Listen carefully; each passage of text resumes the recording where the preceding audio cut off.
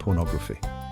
It's a word that elicits a range of reactions from curiosity to disgust. It's a topic often whispered about, debated in hushed tones and relegated to the shadows.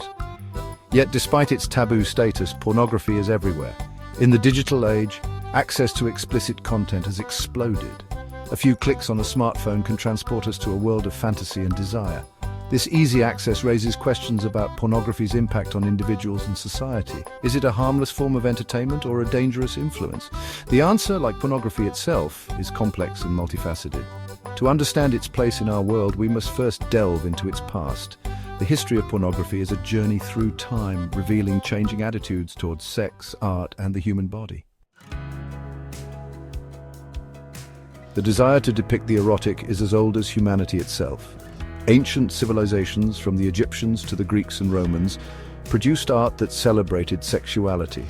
Cave paintings, pottery, and sculptures offer glimpses into the sexual mores of our ancestors. In Pompeii, a city frozen in time by the eruption of Mount Vesuvius, archaeologists uncovered a wealth of erotic art. Frescoes and mosaics adorned the walls of brothels and private homes, depicting a range of sexual acts.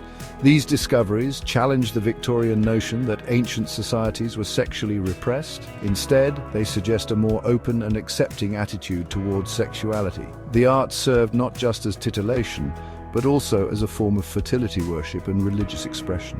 The ancient world's embrace of erotic art provides a stark contrast to the suppression that would follow in later centuries. With the rise of Christianity in Europe, attitudes towards sexuality shifted dramatically. The human body, once celebrated in art, became an object of shame. The Church condemned sexual pleasure as sinful except within the confines of marriage and solely for procreation. Explicit art and literature were deemed obscene and dangerous to the soul. Despite this suppression, erotic material continued to circulate clandestinely. Traveling storytellers entertained with bawdy tales, and manuscripts containing erotic poetry and illustrations were passed from hand to hand. The Middle Ages serve as a reminder that attempts to control desire often have the opposite effect, driving it underground and fueling fascination with the forbidden. The Renaissance, with its renewed interest in classical art and literature, witnessed a resurgence of erotic expression. Artists like Michelangelo and Leonardo da Vinci, while not creating pornography in the modern sense, infused their work with sensuality and homoeroticism. Literature, too, explored themes of love, desire, and sexuality.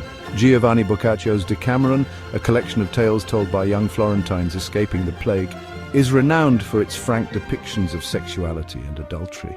This period saw a loosening of the Church's grip on society and a renewed appreciation for the human form. While not entirely free from censorship, the Renaissance paved the way for more open discussions about sex and desire.